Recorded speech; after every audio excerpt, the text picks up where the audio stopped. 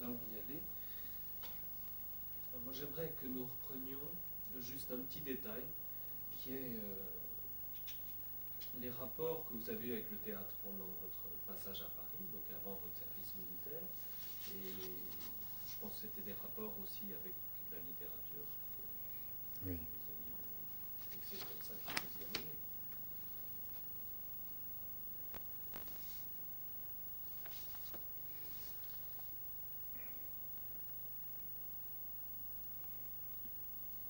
Mes rapports avec le théâtre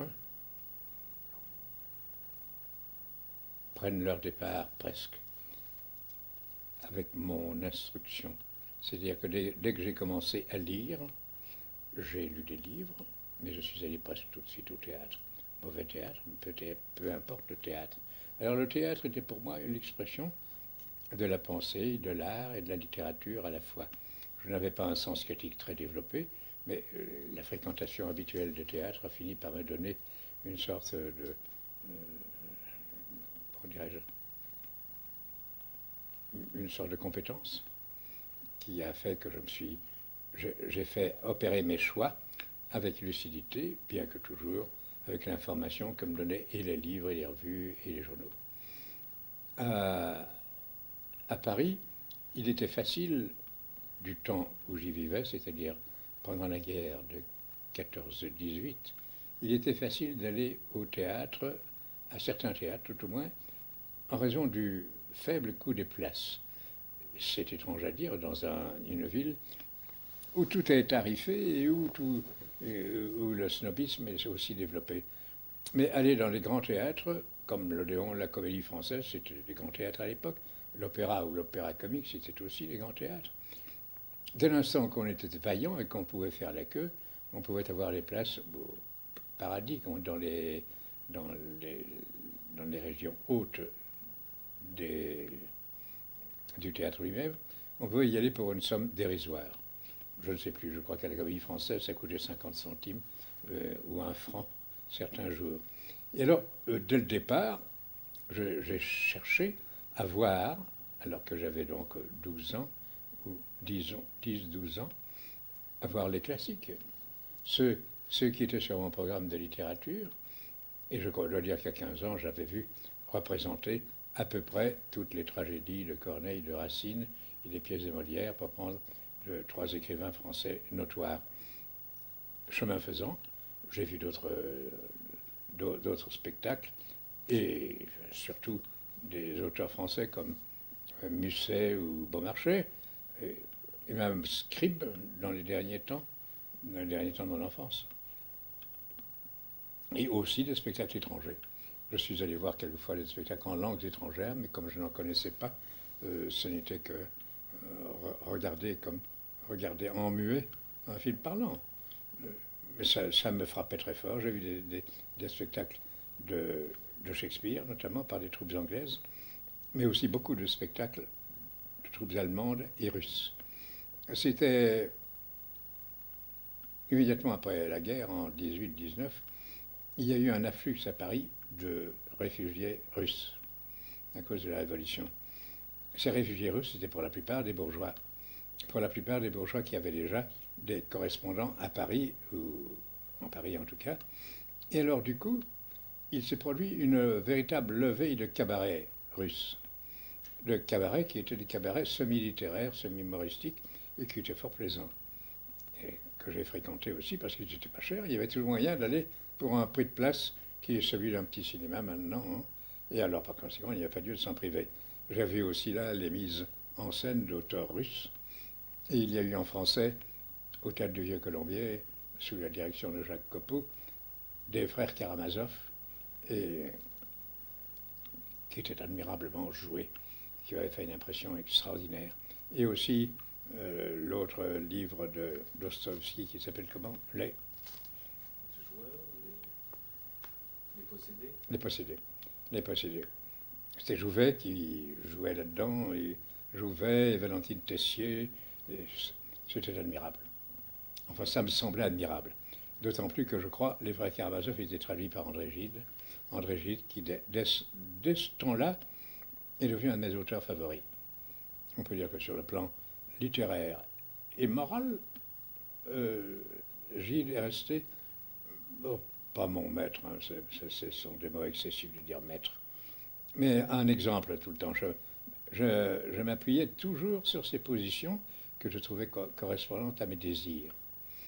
Ce n'était pas le côté homosexuel ou liberté des mœurs qui était en cause, mais le fait qu'il cherchait toujours à gratter la surface pour trouver la profondeur et ainsi à dire des choses qui me passionnaient.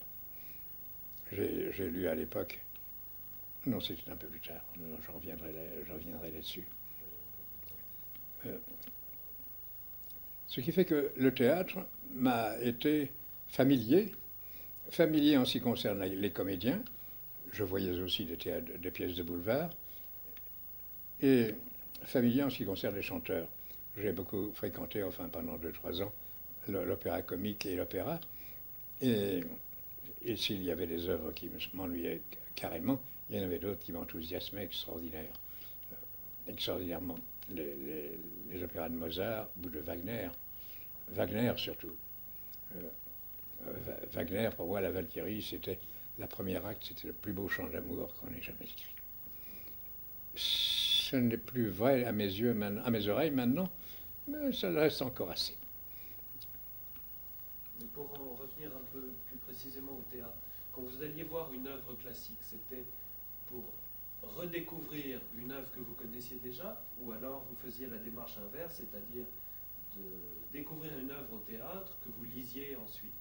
Non, c'est la première hypothèse qui est la vraie, c'est-à-dire que je lisais, par exemple, une pièce de théâtre, je ne sais pas, l'Avare ou Horace de Corneille, et puis j'allais la voir pour voir comment on déclamait ces vers. Et alors j'en apprenais les tirades et j'ai déclamé moi-même. Et puis je retournais voir j'ai eu une application extrême en ce qui concerne les auteurs classiques. Et même maintenant, après le grand vide que ma vie représente à cet égard, les vers dont je me souviens, ce sont souvent des périodes de ces tragédies qui ne riment plus à rien dans ma vie de ce moment. Ce sont celles-là que j'ai retenues, comme je connais très bien aussi des extraits de Cyrano de Bergerac, de Ruy Blas et d'Hernani, parce que toujours je lisais ces pièces avant et j'allais les voir avec le souci de la manière dont on les déclamait. Si vous voulez, c'est mon sens critique qui s'est formé. C'est donc la fréquentation du théâtre, les livres, j'ai lu beaucoup de livres, de conférences, j'allais à des conférences, il y en avait des tas. Pour qui cherchait, c'était facile à Paris à cette époque d'avoir un éventail d'idées, de spectacles, de pensées et d'affirmations en tout genre, admirable. Du point de vue politique, j'étais donc communisant, mais ce n'était qu'un décor. Je n'ai jamais fréquenté les milieux politiques. J'allais à des manifestations, mais de loin. Si j'ai été à des premiers mai, c'était comme badaud en quelque sorte. Hein. Un badaud intéressé peut-être, mais un badaud. Je n'ai jamais participé à des manifestations politiques. Et la politique, je ne la connaissais pas bien non plus. Je n'avais pas une culture philosophique. Et du coup, ça restait très superficiel.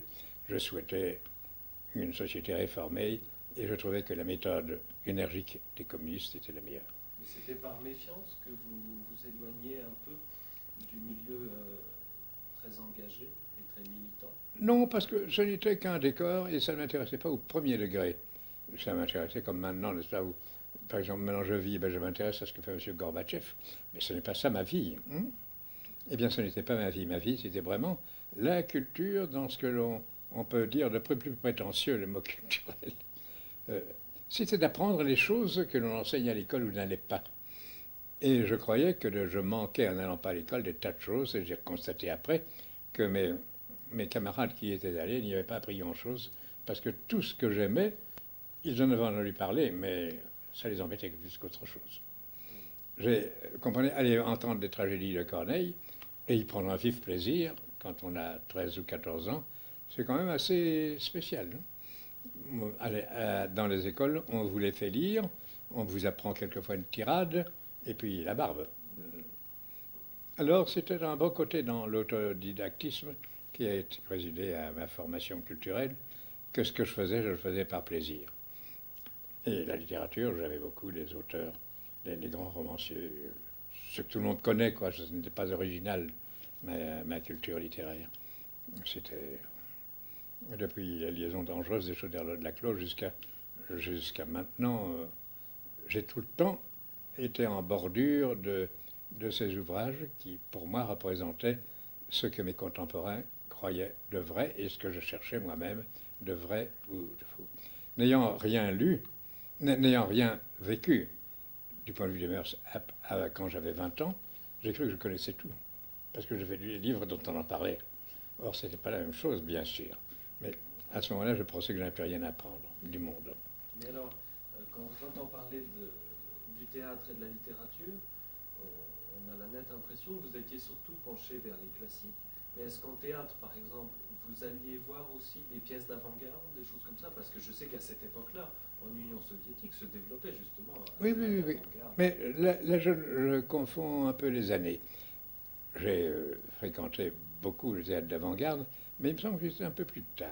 Je ne suis pas sûr. Vous n'étiez pas à Paris, dans cette première Je période. suis revenu à Paris à ce moment-là et j'ai fréquenté ce qu'on appelait les quatre, c'est-à-dire le théâtre de Pitoëf, de Dulin, de Batty, et puis quel était le quatrième, je ne me rappelle plus. Et il jouait du Pirandello, il jouait du Lin, il jouait des tas d'auteurs, Vitrac, et je ne peux pas, ils ne viennent pas à ma bouche Nous maintenant. reviendrons sur ça tout à l'heure. Maintenant, je crois qu'il serait bien de reprendre le fil de notre récit, c'est-à-dire que vous êtes parti donc en 21, je crois, Oui, ou en 22, 21, j'ai quitté Paris en 21, pour la Belgique. pour la Donc, Belgique. nous allons reprendre le récit des faits et après, Oui. nous verrons sur... Je suis donc venu en Belgique avec l'arrière-pensée que comme je devais faire mon service militaire, il fallait que je reprenne contact avec un pays qui, dans mon esprit, quand j'habitais Paris, était un pays merveilleux, magnifique, etc. Et la firme qui m'employait à Paris avait une succursale à Bruxelles, elle m'y a envoyé. Et tout de suite, donc, j'ai eu du travail et j'ai trouvé la Belgique un pays extraordinairement décevant. Par rapport à l'ambiance parisienne, Bruxelles me semblait pitoyable. Mais tout de suite, je me suis dirigé vers la Flandre. Et le nationalisme flamand m'a semblé quelque chose de vivant, de nouveau et de fort. Et je me suis inquiété de ce qui se faisait en Flandre. Je ne connaissais pas le flamand, bien qu'à Paris j'avais pris des cours de flamand, gratis d'ailleurs, car l'État français était bien organisé de ce côté-là. Mais je ne connaissais pas assez le flamand, mais malgré tout, je ne ratais pas une représentation flamande de littérature ou autre, ou bien de mystère et en musique, le cantate, etc., qui était flamand. Et je fréquentais surtout l'opéra d'Anvers. À partir de Bruxelles, ce n'était pas terrible, parce que c'était le seul opéra où l'on donnait encore du Wagner. Wagner était mon musicien favori en matière d'opéra, et partout, sauf à Paris, et sauf à Anvers, un petit peu à Bruxelles, Wagner était mis à l'index parce qu'il était allemand. C'était Bosch. Donc, le foisonnement intellectuel vous paraissait beaucoup plus important en Flandre. Est-ce que c'était Non, réel? c'était l'attrait. Parce que j'ai vécu à Bruxelles alors un an à peu près, et j'ai trouvé que la ville était pleine de manifestations d'art, et qu'il y en avait dans tous les domaines, et que la musique qui m'intéressait au dernier degré, il y avait un concert valable tous les jours. Alors par conséquent, ce n'est pas zéro. Et le théâtre, il y avait des troupes belges qui se formaient, qui se créaient, se dispersaient, comme le théâtre du Marais, et où l'on jouait des auteurs d'avant-garde allemands, russes, français, et c'était curieux, plus que curieux même, c'était même très bien. En matière de peinture, Bruxelles a toujours été une ville très vivante, aussi bien en ce qui concernait la peinture européenne et mondiale que la peinture locale. Alors, finalement, quand je suis entré au service militaire un an après, mon estime sur Bruxelles était revenue et ne s'était pas cantonnée à la petite population populaire de mon arrivée qui qui parlait mal français, qui avait l'air sombrement belge, comme diraient les Français en ce moment. Et j'avais retrouvé un certain aplomb. J'ai fait mon service militaire à Anvers, et là, je me suis dirigé vers les Flamands, de nouveau. Mais un peu aussi parce que les fêtes m'y poussaient. J'étais dans un régiment dont une compagnie seulement était wallonne, et toutes les autres étaient flamandes. Et je me suis trouvé ainsi avec des gens qui étaient plutôt flamands que français. J'ai eu des amis liégeois dans l'affaire, mais ceux que je fréquentais le plus, c'était des types d'Anvers, eux-mêmes d'Anvers, des nationalistes flamands, dont le métier était généralement d'être instituteurs et qui refusaient d'aller aux écoles de sous-lieutenant de réserve qu'il y avait à Beverlo et où tous les fils de bourgeois y allaient. Et il y avait aussi au régiment des juifs qui étaient des fils de diamantaires, pas des pauvres gens, qui revenaient d'Amérique. Parce qu'en Amérique, ils avaient dit on va faire ce service militaire, puis ils avaient négligé de se faire pistonner. Alors ils erraient là et ils étaient beaucoup plus instruits, beaucoup plus curieux, beaucoup plus intelligents que la moyenne des soldats. Ce qui fait que le milieu n'était pas mauvais dans la caserne. Il était, sur le plan militaire alors, une projection bien claire de tout ce qu'on a pu voir d'horrible, à savoir des brutes qui vous criaient, qui vous commandaient, mais on ne vous battait pas, enfin, il y avait déjà un... Vous avez assez mal vécu l'autoritarisme hiérarchique de... Ah oui, oui, mais je suis arrivé étant hostile. Hein. Je suis arrivé étant hostile. Les nationalistes flamands, les jeunes flamands que j'ai rencontrés, qui étaient ou un directeur de théâtre, ou des comédiens, ou même des instituteurs, probablement dit, c'était des gens qui détestaient l'armée belge, en tout cas. Et ils n'avaient pas d'autre hypothèse, parce qu'il n'y avait pas, le mouvement flamand n'était pas encore assez développé pour que ça prenne corps dans la population et dans les milieux officiels. Les officiers parlaient tous français, mais les sous-officiers parlaient tous flamands. Et il n'y avait pas, je n'ai jamais été gêné parce que je ne parlais que français. Jamais. Ni par les sous-officiers, ni par les autres. Les sous-officiers étaient interloqués un peu parce que je ne parlais pas flamand, mais ils n'osaient pas leur m'attaquer parce qu'ils pensaient que j'étais bien vu les officiers. Il y avait un jeu comme ça. Sinon, c'était l'innommable vie militaire, quoi. Une caserne à Anvers où il y avait des trous dans le plancher et où les rats couraient la nuit. Et si on laissait sa valise un peu ouverte, on ne trouvait plus ce qu'il y avait dedans. Ou bien on allait se baigner dans un petit bassin en toile et on ne pouvait pas se laver autrement que le visage et le torse. Plus bas, c'était indécent. Écoutez, c'est incroyable quand on y réfléchit. Les douches étaient en voie d'installation. Elles ne fonctionnaient pas. Vous n'en avez jamais profité. Les douches, jamais. Trop tard.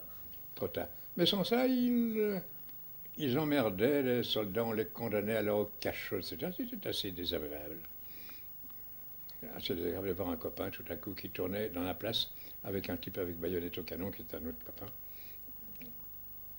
C'était la caserne. Si vous pensez qu'il y a une distance entre la caserne et la guerre. Mais telle qu'elle se manifestait en Belgique, que j'ai connue, elle montre déjà le vrai visage de l'armée, c'est-à-dire une stupidité érigée en système. Et les officiers étaient indifférents. C'était un esprit de caste presque, parce que sans être arrogant, il y avait une distance telle qu'il n'y avait aucun contact avec les soldats. Enfin voilà, à Anvers, toujours, je me suis adonné naturellement à l'opéra d'Anvers, puisque j'y suis trouvé sur place. Donc après le service militaire. Pendant le service militaire. Et là aussi, au cinéma. Là, j'ai mémoire d'avoir vu plusieurs films de von Stroheim. Et d'être pris d'enthousiasme, etc.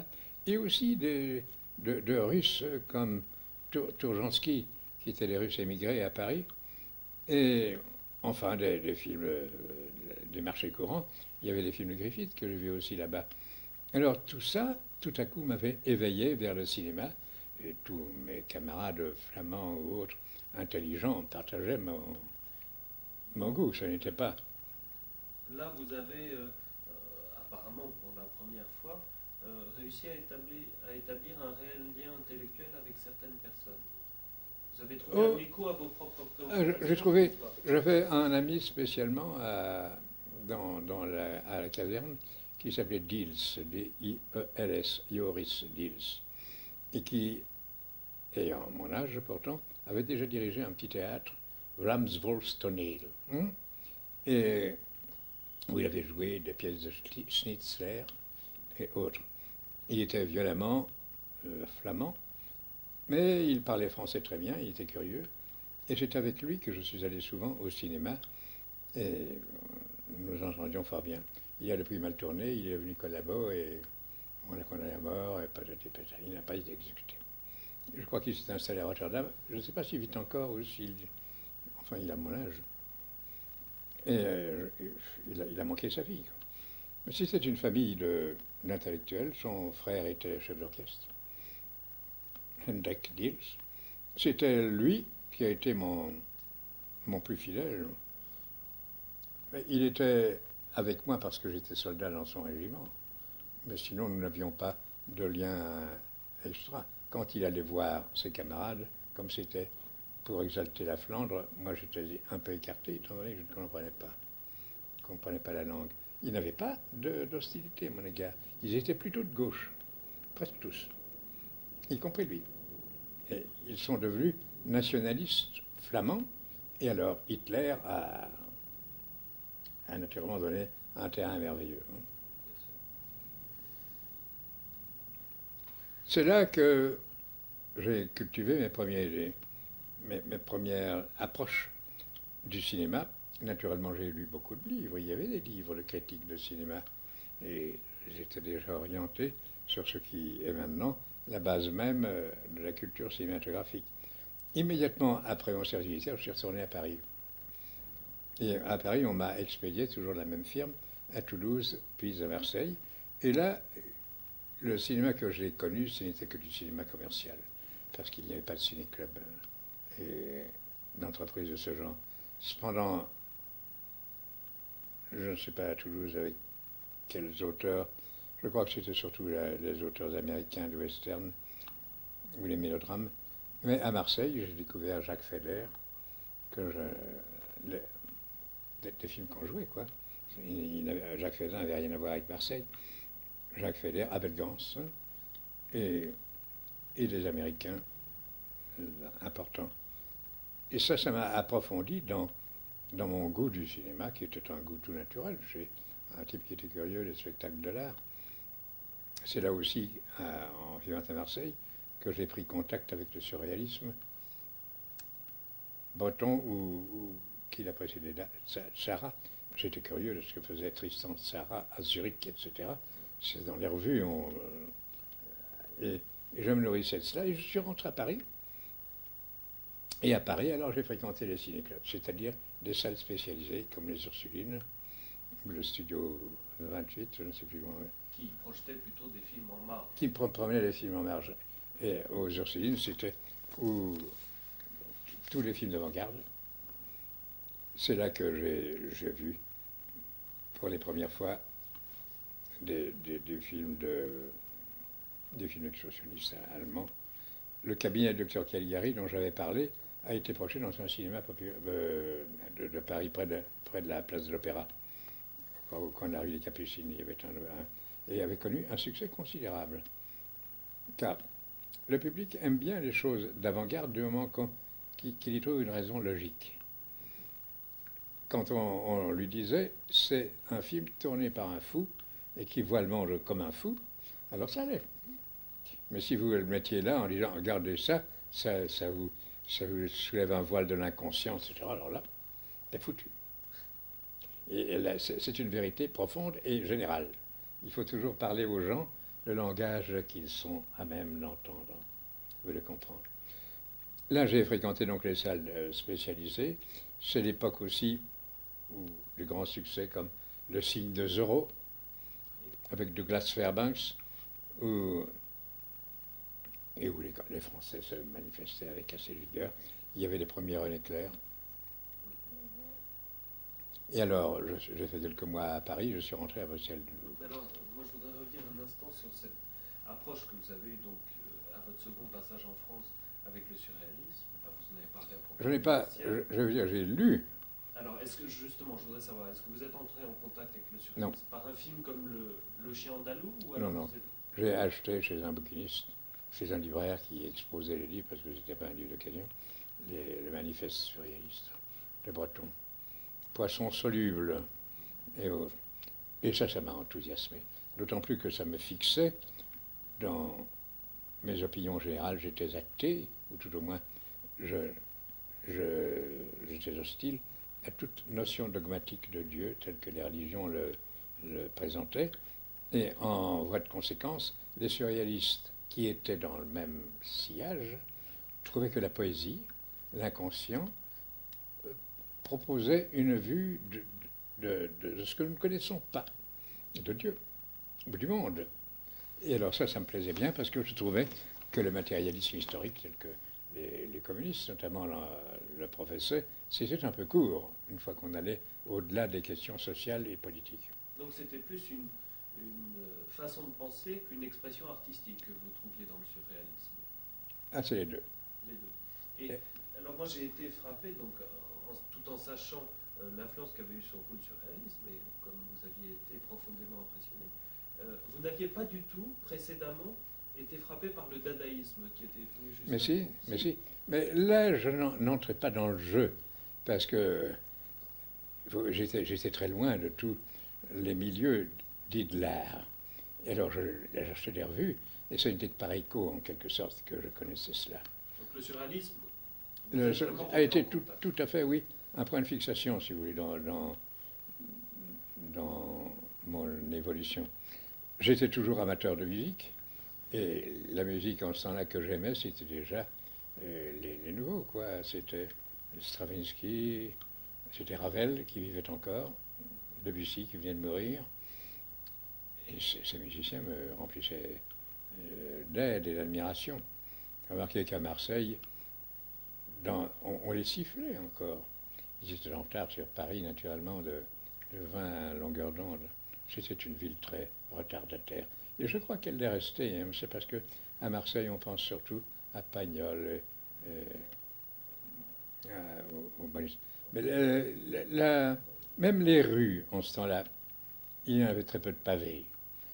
La circulation, les voitures circulaient aussi bien à gauche qu'à droite. C'était un fouillis indescriptible. La saleté était universelle. J'ai habité chez des Marseillais qui étaient très propres. Mais partout, c'était cela et le côté mercantile, le côté aussi, le côté immigré, alors, hein, les Arabes et les Italiens, qui donnaient à la ville un aspect équivoque. Le côté des putains du quartier du port, etc., c'était des côtés pour émigrer. Hein. Donc vous n'avez pas gardé un très bon souvenir de Excellente de la ville elle-même, mais je trouvais que la ville alors était pauvre en expression artistique, car il y avait très peu de manifestations de grande qualité. Ce que j'ai entendu le mieux, c'était dans un théâtre qui s'appelait le Casar, par exemple Maurice Chevalier faire ses débuts. Ça m'embêtait, moi, plutôt, Maurice Chevalier, les chansons. Enfin, ça ne m'intéressait pas passionnément. Alors, de là à Paris, alors, j'ai fréquenté le théâtre. Et puis, je me suis trouvé sans argent et on m'a proposé de revenir en Belgique, moyennant un salaire plus fort. Et c'est ça qui... pour la même firme. Mais toujours pour la même firme. Et c'est cela qui m'a décidé, parce que tout le temps tirer le diable par la queue, c'était pas gai. Je voulais aller au spectacle, il fallait quand même un peu d'argent. Pas beaucoup, mais il en fallait. Et manger quand on est tout seul. Il y avait des restaurants très bon marché, mais ils étaient quand même... Ils représentaient une somme. Le total faisait que je dépensais plus que je ne gagnais. Alors, les dettes m'ont toujours semblé un élément d'esclavage. Et en voie de conséquence, je suis revenu à Bruxelles. D'ailleurs, j'étais fatigué aussi, en ce temps-là pour des raisons privées, fatigué de ma vie parisienne, qui était une vie harassante. Et ici, j'ai trouvé tout de suite le calme, et une ville qui était éveillée au point de vue de l'art, contrairement aux apparences. Ici, à Bruxelles, la musique et le théâtre allaient, le théâtre petitement, la musique très bien, et le cinéma excellemment. Hein. Vous pouvez voir que maintenant, il y a encore 50 cinémas à Bruxelles, il y a toujours eu 50 ou 80 cinémas, c'est-à-dire une variété et un choix extraordinaire. Et qui existe à Paris aussi, mais à Paris c'est enfoui, hein, enfoui dans une mer de manifestations, ce qui fait qu'on y faisait moins attention. Et ici, très vite, j'ai fréquenté la salle de cinéma qui peut-être anticipait sur le musée du cinéma qui se trouvait au Palais des Beaux-Arts. Ça s'appelait le Studio des Beaux-Arts. On y projetait encore les films muets, mais on y projetait les films sélectionnés et c'était remarquable.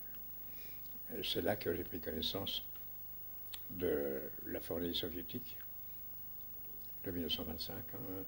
Enfin, il était plus tard, il était presque 1930, mais Potemkin de 1925, la mer aussi, l'Arsenal, je ne sais pas comment il y avait la jeunesse de Maxime et toutes sortes de choses. Alors, j'étais un habitué de cette salle, et un peu après, la naissance du parlant a donné à cette salle une autre imprégnation. Et vous me parliez de choses de musique. S'il y a des musiques qui me rappellent des films, parce que c'est plutôt le contraire.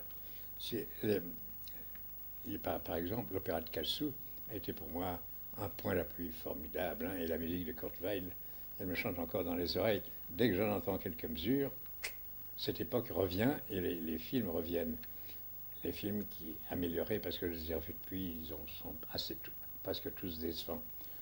La musique française, c'était peut-être Beethoven, la pastorale, des choses qui sont toutes personnelles et qui n'ont aucun rapport direct. Ou bien encore entendre par exemple l'inachevé de Schubert. L'inachevé de Schubert, c'est l'âge d'or de Buñuel. Parce que comme il le joue là-dedans, je ne peux plus entendre l'inachevé de Schubert sans voir l'âge d'or. Alors il joue aussi Tristan et Isolde assez bien, et d'une façon très, comment dirais-je, très décisive sur l'amour. L'amour et la piétine, non? Parce que c'est l'amour fou, l'âge d'or, mais c'est l'amour ordinaire, on le piétine. Alors ça se sont restés, à ce moment-là, c'était vraiment ma découverte et mon enthousiasme. Et j'ai rencontré à ce moment-là, fortuitement, par ma femme qui connaissait un employé qui était comme ceci, comme ça, qui était secrétaire du Parti communiste. Alors j'ai rencontré ce bonhomme qui était très sympathique et nous avons échangé des opinions. Et il a dit, ah mais si vous vous intéressez au cinéma, il y a l'art, j'ai quelque chose en projet, un club de cinéma. Mais alors maintenant que vous avez évoqué cette salle qu'il y avait au Beaux-Arts, on comprend un peu moins bien ce projet, puisque apparemment des films comme Potemkin, comme Arsenal passaient déjà. Oui. Alors quelle était l'ambition de créer un club du cinéma? Pour qu'il y ait une plus grande diffusion? Pour qu'un accent soit porté. Et puis, cette salle, par exemple l'opéra de Cassou, ils l'ont donné dans cette salle, et moi j'ai fait faire une protestation publique parce qu'on y avait pratiqué 5-6 coupures. Le propriétaire. Il pratiquait une politique commerciale. Il avait sans doute raison, le pauvre. Mais il fallait protester. Ça faisait partie du tourbillon. Donc c'était pour rétablir une intégrité. Or, il y avait déjà eu des clubs de cinéma avant même cette salle, qui procédait d'un club de cinéma qui s'appelait le Cercle de cinéma de Bruxelles, et où on avait montré des films de Ruttmann, des films d'avant-garde en tout genre, et des films américains aussi. Enfin, nous avons créé le club de cinéma avec l'arrière-pensée que l'admirable sélection soviétique qu'on avait vue représentait un cinéma important qu'on ne connaissait pas. Et nous avons été très déçus en voyant les spécimens qu'on nous a envoyés et qui laissaient entendre que c'était quand même fort médiocre. Et malgré que les directives en soient autres, ce qu'il y avait de caractéristique qui nous intéressait, c'était que le culte de la vedette était absolument négligé, qu'on faisait un film en fonction de son scénario et avec un langage qui était cinématographique. Il choisissait le scénario parce que le scénario était intéressant, il était bien jugé, il jugeait d'une façon un peu trop politique, mais il était bien jugé. C'était d'autres histoires que celles qu'on voyait d'habitude dans les cinémas ordinaires. Et en plus de ça, il y avait un effort extraordinaire de narration par l'image, qui d'ailleurs a été altéré par l'apparition du parlant, où ils ont essayé de faire la même chose, mais ça n'allait plus. Alors c'était l'époque, comme je connaissais ce communiste, un jour il a réuni une cinquantaine de personnes et il leur a dit qu'il dirigeait une coopérative d'exploitation. D'ailleurs, il y a encore le successeur de cette coopérative, que vous connaissez certainement, Gueluc. Gueluc est l'héritier de ce type. Et ce type, enfin, a dit, nous faisons la location des films, mais nous n'aimons pas qu'on nous reproche d'exploiter nous-mêmes les films. Alors, il serait bon d'avoir un club de cinéma qui soit indépendant et tout, et qui nous loue les films à l'occasion. Il avait d'ailleurs dans sa collection des tas de films intéressants qui n'étaient pas soviétiques. Après, c'est devenu Progrès Film, ça vous dit quelque chose? Progrès Film, c'était déjà M. Gueluc, le père du Gueluc qui compose ces admirables petits croquis que l'on voit tout le temps dans le soir notamment. Alors, je me suis levé au cours de cette séance en disant, moi je veux bien m'occuper de ça. Et alors voilà, je suis parti comme ça. On a commencé d'une façon boiteuse, en réunissant des camarades, dont je ne savais pas s'ils étaient communistes ou pas, mais enfin des gens intéressés par le cinéma, et qui étaient gauchistes tout de même plutôt, hein, mais qui n'étaient pas gauchistes dans l'agent intellectuel, sauf les gens arrivés, les barons et autres. Le gauchisme, c'était quelque chose de presque spontané. Et nous avons fait alors un comité où il y avait les journalistes, où il y avait Stork. C'était Vermeulen qui a été nommé président, non sans difficulté, parce que Vermeulen était une personne déjà mise à l'index par l'opinion, étant donné qu'il était, lui, un ancien communiste. Alors, en allant au Pacifique, comment est-ce que, donc, sortant de cette réunion, je pense que vous aviez très peu d'argent. Non, non, pas du tout. Que vous ne connaissiez, vous arriviez en dilettante. Enfin, oui. Vous n'étiez pas professionnel, amateur plutôt. Alors comment avez-vous réussi à réunir ces gens autour de vous? Comment avez-vous réussi à mettre ce ciné-club, qui sera les clubs de l'écran quelques mois plus tard, sur pied? Oh ben, écoutez, ça a été fait très vite. Imaginez, nous sommes une dizaine. Hein. Nous sommes une dizaine, on va faire quelque chose. Quel programme peut-on donner? Alors, on cherche des films, et moi, comment dirais-je, je me débrouille pour les trouver. La première séance qu'on a donnée, c'était à la place Madou, et c'était un dimanche matin, et on a donné des extraits de films qui s'appuyaient sur une description de la société en rébellion. Il y avait des scènes de manifestations allemandes à Berlin. Il y en avait d'autres qui se situaient, je ne sais où, en Amérique ou au Canada. C'était une séance intelligente, intéressante, très orientée. Ça nous a déplu quand même parce que nous pensions qu'il fallait faire autre chose de plus original. Et nous avons attendu d'avoir un ou deux films soviétiques. Mais alors, d'abord, est-ce que la séance a eu du succès ou pas? Il y avait 200 personnes. Donc ça... C'est-à-dire que nous avions fait un imprimé, oui, que nous avions envoyé comme une circulaire à des adresses que nous connaissions. Et nous avons été appuyés par toutes sortes de camarades bénévoles. Hein. Ça ne coûtait pas cher. La salle nous avait été donnée pour rien. C'était un dimanche matin. Les films ne coûtaient pas un sou. Et ils étaient assemblés par la petite coopérative qui était à la source. Alors, la séance suivante, nous avons cherché à le donner le soir. Et nous avons trouvé rue Blas, un cinéma qui était de la veille de la faillite, et que nous avons loué alors à bas prix. Et nous avons projeté là des films, d'abord des films soviétiques, je ne sais plus lesquels. Il y en avait en tout cas un qui s'appelait L'Aigle Noir, et qui était de Porto-Zanoff et que nous avons trouvé tellement médiocre, tellement plat comme facture et tellement stupide comme sujet, que du coup, alors la réputation des films soviétiques s'est altérée dans notre esprit, et nous nous sommes dit, plus jamais nous ne montrerons un film sans l'avoir vu au préalable. Ce que nous avons appliqué comme règle, et nous avons évité les faux pas, parce qu'il y en aurait eu beaucoup. De là, autour de nous, il y avait Stork, était un peu plus jeune que moi. Nous étions quoi, des intellectuels, et on lisait des revues.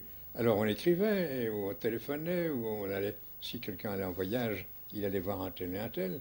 Et ainsi, nous avons eu finalement un programme, des programmes, qui ont été bien vus de la petite opinion que nous essayions d'éveiller. Et dès la première année, enfin, nous avions un succès consacré. Et je ne sais pas combien de membres, certainement 5 à 600. Au bout de 6 ans, nous avions 3000 membres. C'est-à-dire en 38.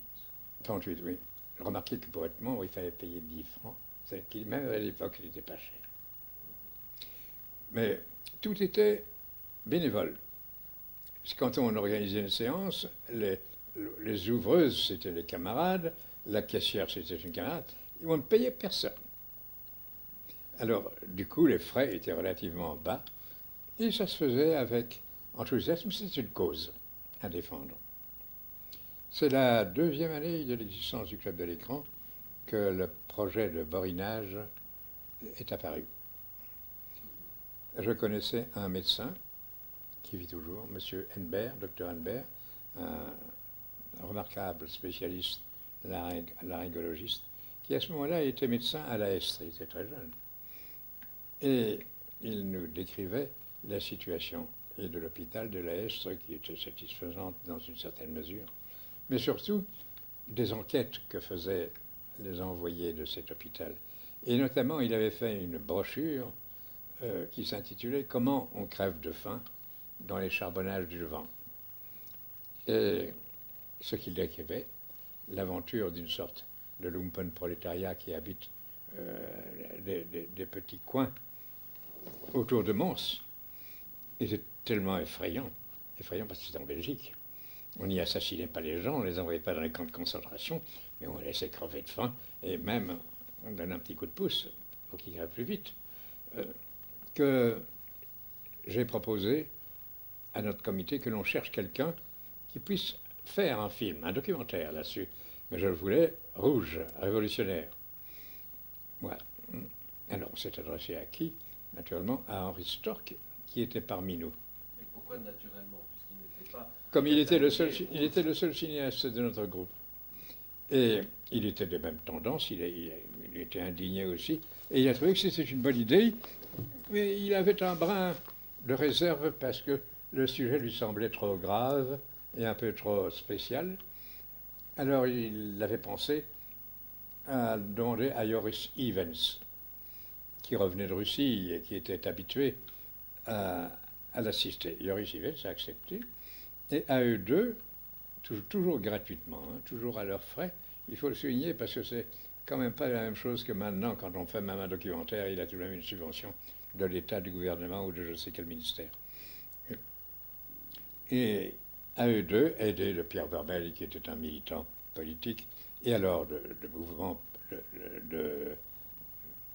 comment dirais-je, de politiciens du coin, c'est-à-dire de camarades qui venaient de terminer les grèves, les grandes grèves de France, de Belgique venaient de se terminer. C'était en quelle époque, 62? 34. Non, 34. Ah ben oui, 34, je comprends maintenant les époques. En 34, oui. Et tous ces gens ont collaboré en quelque sorte à notre entreprise, et on a fait ce film, qui était un film muet, et où il y avait, je ne sais pas, il durait 40 minutes, il y avait certainement un quart d'heure de titre. Ce qui est gêné très fort parce qu'on parlait trop, on expliquait trop, on voulait trop prouver. Hein. Et est-ce que vous étiez Satisfait du résultat ou pas quand le tournage a été terminé, dans les conditions qu'on sait, les conditions très difficiles, Non, moi, le film a été achevé. j'ai trouvé qu'il n'était pas assez vigoureux. Pas assez vigoureux. Je trouvais qu'il ne fallait pas montrer seulement les choses, parce que c'était une politique qui a fait fortune d'ailleurs, et qui est la meilleure. On montre les choses et on les laisse parler toutes seules. Hein. Moi, je voulais qu'on fasse des discours révolutionnaires et puis qu'on montre qu'on fasse des montages, etc., etc. Je n'y connaissais rien, hein. C'était simplement la vision des films russes du temps qui m'obligerait. On a montré le film ici, qui a eu un relatif succès d'estime. C'est-à-dire au club de l'écran. Au club de l'écran, oui. Mais somme toute, pas grand. Le Parti socialiste s'est élevé contre le film, les syndicats aussi. Ils trouvaient que l'on y montrait la classe ouvrière d'une façon mensongère, que ce n'était pas comme ça que les ouvriers vivaient. Parbleu, c'était la pointe misérable de la classe ouvrière. Et cette pointe misérable existe encore maintenant. Il y a encore du lumpenprolétariat à New York, à Paris et ici. En tout cas, ça a été plutôt, pas boycotté, mais il n'a pas été montré beaucoup, si ce n'est dans des petits comités, des ciné-clubs, des organisations politiques ou autres. Il a été envoyé à ce moment-là à Moscou, où on l'a tripoté, le film est revenu, monté à la Russe, avec même des interpellations cinématographiées de députés communistes belges.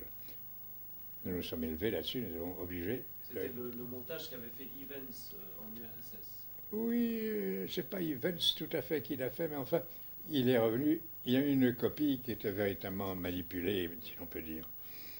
Alors nous l'avons redressé, et puis le film est sommeillé et ne s'est réveillé qu'après la guerre de 40. Oui, mais alors continuons. Moi j'aimerais terminer avec Borinage. Je crois que c'est après la guerre que vous l'avez sonorisé. C'est après la guerre que Stork a eu l'idée de le sonoriser et de me faire faire le commentaire, de me faire dire le commentaire.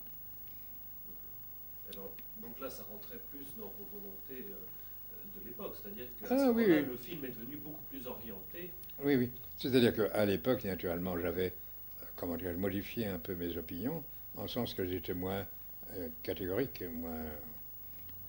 Et là-dedans, je ne sais pas si vous avez vu le film, mais à la fin, je réclame la dictature du prolétariat. Alors maintenant, on peut rire un peu de cela.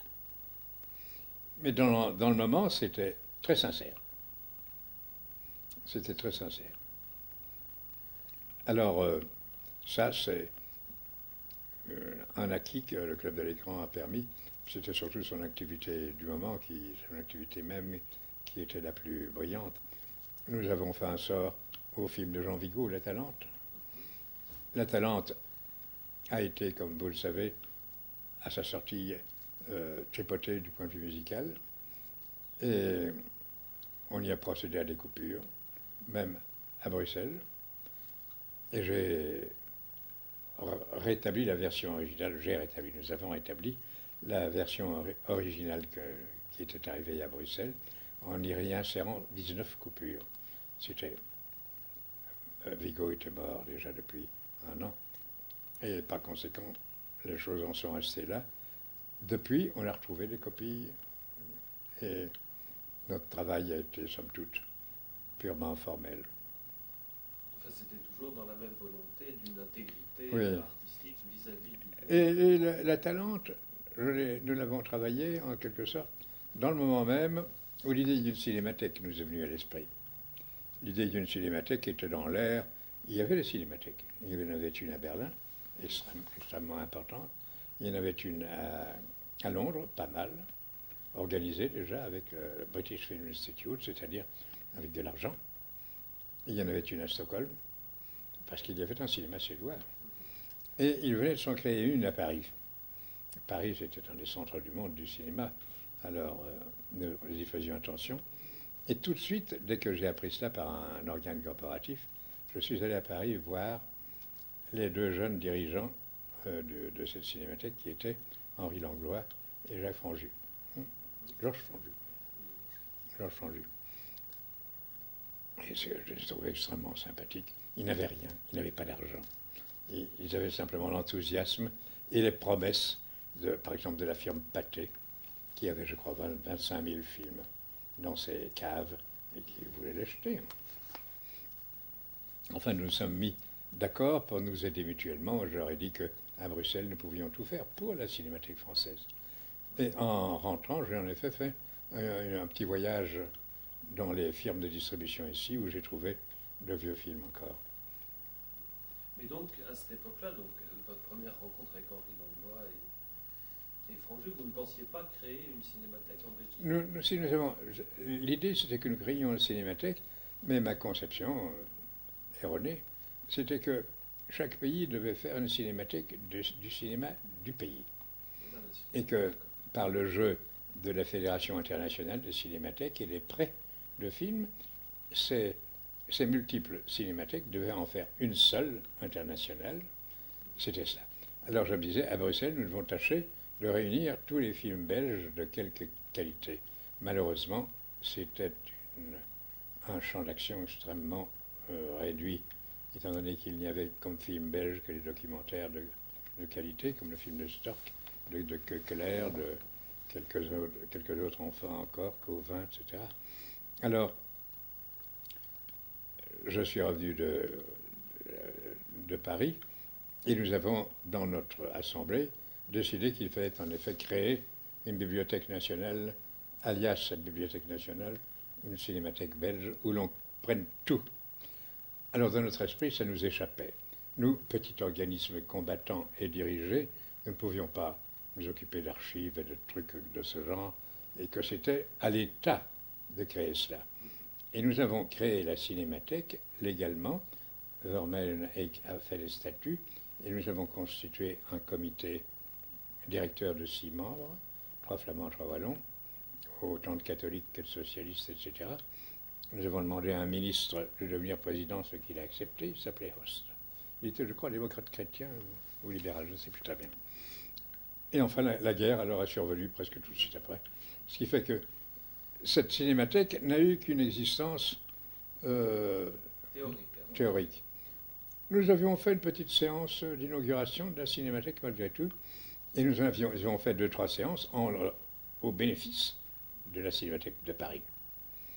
C'est-à-dire que notre action vis-à-vis de Paris était très positive. L'argent rapporté s'élevait à 300 francs, quelque chose comme ça. Même ça peut faire combien maintenant 30 000 francs, quelque chose comme ça.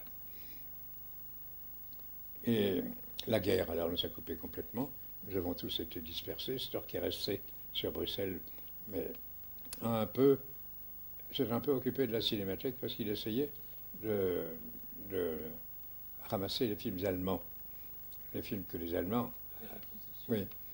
Les Allemands lui ont promis, et puis quand les Anglais sont arrivés, ils ont détruit tout.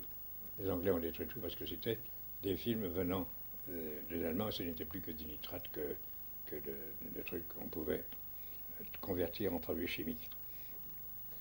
Mais si vous voulez, nous verrons la seconde partie, donc l'après-guerre de cette cinémathèque. Moi, j'aimerais revenir un peu sur les motivations de cette cinémathèque, parce que, comme vous le disiez tout à l'heure, et j'aimerais que vous précisiez votre pensée, c'est très étrange pour des gens qui étaient, vous étiez des gens engagés, des gens qui étaient pour le film comme moyen d'action sur le spectateur, et tout à coup, c'est presque un revirement à 180 degrés, c'est-à-dire vous entrez dans une démarche intellectuelle qui veut garder les films, conserver les films. Oui, mais c'était dans quel esprit? Pourquoi nous trouvions qu'il était nécessaire, dans un art aussi important, de s'occuper précisément de la conservation des œuvres de qualité qui avaient été réalisées, quelle que soit leur direction d'esprit. C'était général, c'est une idée générale que nous admettions volontiers. Dans nos séances, nous n'avons jamais été sectaires, mais par la force des choses, comme je vous le disais, le cinéma à cette époque, surtout le cinéma d'avant-garde, était orienté un peu à gauche.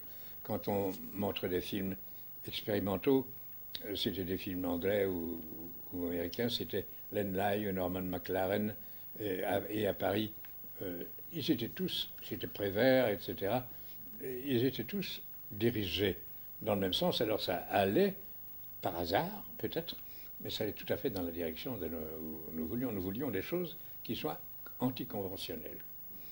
Mais notre ciné-club avait peu de poids. Vous pensez, quand on fait 10-12 séances par an, on ne peut pas influer beaucoup sur le marché cinématographique.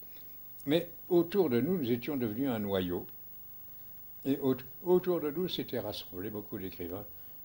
Quand nous faisions une, comment dirais-je, une réunion quelconque, nous étions quelquefois 40, et c'était tout ce qui comptait précisément à gauche à Bruxelles. Nous avons implicitement créé une revue qui s'appelait Document, qui était dirigée par Stéphane Cordier, qui était membre de qui était mon ami, mon patron. Et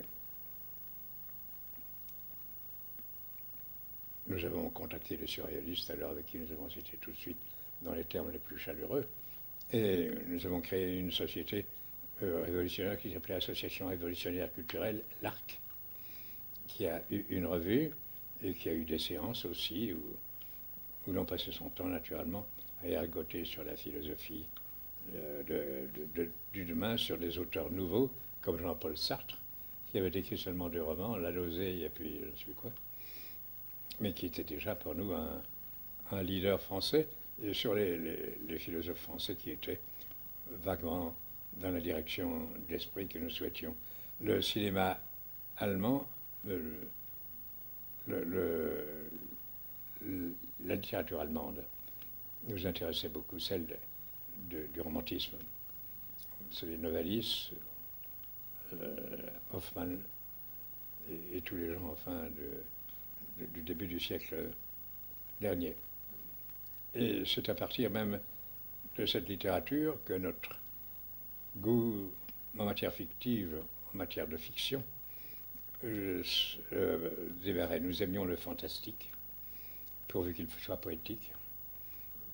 Et nous aimions la Révolution, mais la Révolution était pour nous une étape du moment. Et devait être abandonnée, bien sûr, et la Révolution étant gagnée, il n'y a plus raison de refaire cette même Révolution, en tout cas. Alors, c'était notre direction d'esprit. Nous étions favorables aux peintres flamands de la Thème Saint-Martin qui commençaient à se manifester, à Magritte qui commençait à se manifester, à Delvaux aussi, qui était un camarade, Paul Delvaux. Et tout cela nous donnait en quelque sorte une petite auréole. Et en 1945, quand la guerre a été finie, des gens alors plus officiels que nous, au Palais des Beaux-Arts, la direction du Palais des Beaux-Arts, nous a demandé, à Vermeulen et à moi, de transposer le Club de l'Écran au Palais des Beaux-Arts, dans une entreprise générale qu'il créait, le Séminaire des Arts. Attendez, moi je n'en ai pas fini, n'allons pas trop vite. Donc ça, bon, vous avez bien décrit, je crois, l'état d'esprit qui vous a mené au fait de ne pas vouloir voir se perdre tous ces films. Mais quand vous avez créé la Cinémathèque en 1938, oui. l'État n'a pas répondu du tout à votre appel. Nous avons tout de suite signalé ça et introduit des demandes et qui ont été refusées avec condescendance, avec mépris. Et donc vous avez pris ça en charge vous-même? Non, elle était théorique, elle était chez nous. Elle ne rimait à rien. Il n'y avait pas encore de film. Il y avait 2 films, je crois. Fièvre et puis je ne sais plus quoi. Fièvre de Deluc. Et nous n'avions pas même prospecté, nous n'avions pas de local où les mettre. Et puis le fait que nos démarches vis-à-vis de l'État et que l'on nous disait on va trouver quelque chose, nous nous sommes dit que l'État allait créer un fonds pour la cinémathèque où il y aurait probablement 20 millions ou 25 millions et on fera un bâtiment avec tout ce qui est nécessaire pour une cinémathèque. Il aura fallu, vous voyez, attendre pas mal de temps, 50 ans. Donc en 1939, c'est l'apogée du club de l'Écran. En 1939, oui, c'est la fin aussi, parce que c'était la guerre. C'est la fin aussi, mais c'est 3500 membres. Oui.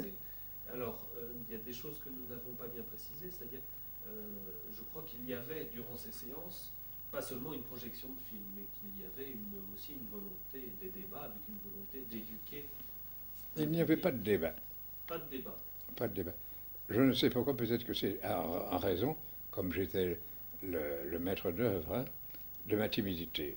Je n'osais pas parler en public, probablement, mais ce n'était pas la seule raison. C'était parce qu'on trouvait que les débats ne menaient à rien, que tout le monde parlait, puis finalement on restait la langue pendue et sans conclusion, ce qui est discutable. Mais dans ce même sens, enfin, il n'y avait pas de débat, mais je crois que vous avez édité une revue à cette époque-là qui s'appelait Caméra. Non, ça n'était pas nous. Caméra était une revue faite par l'association des ciné-clubs, mais 10 ans avant, 39, en 1930. Donc ça, ce n'était pas... Et alors, mon ami Stéphane Cordier, qui dirigeait la petite entreprise qui m'employait, que j'avais converti au communisme, c'est tout de même amusant, et qui, étant un esthète de goût s'est intéressé vivement au surréalisme, aux beaux-arts en général, et il a créé une revue qui s'appelait Document 31, 32, 33, 34, selon l'année, et puis il a dû cesser parce qu'il faut de l'argent, c'était aussi pas subventionné.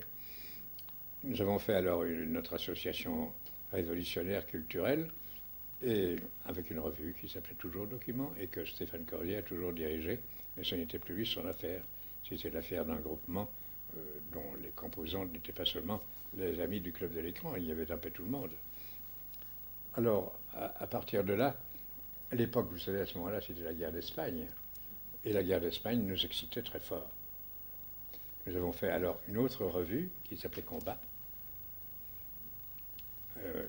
une revue hebdomadaire, et qui était extrêmement militante contre Rex, et du point de vue littéraire.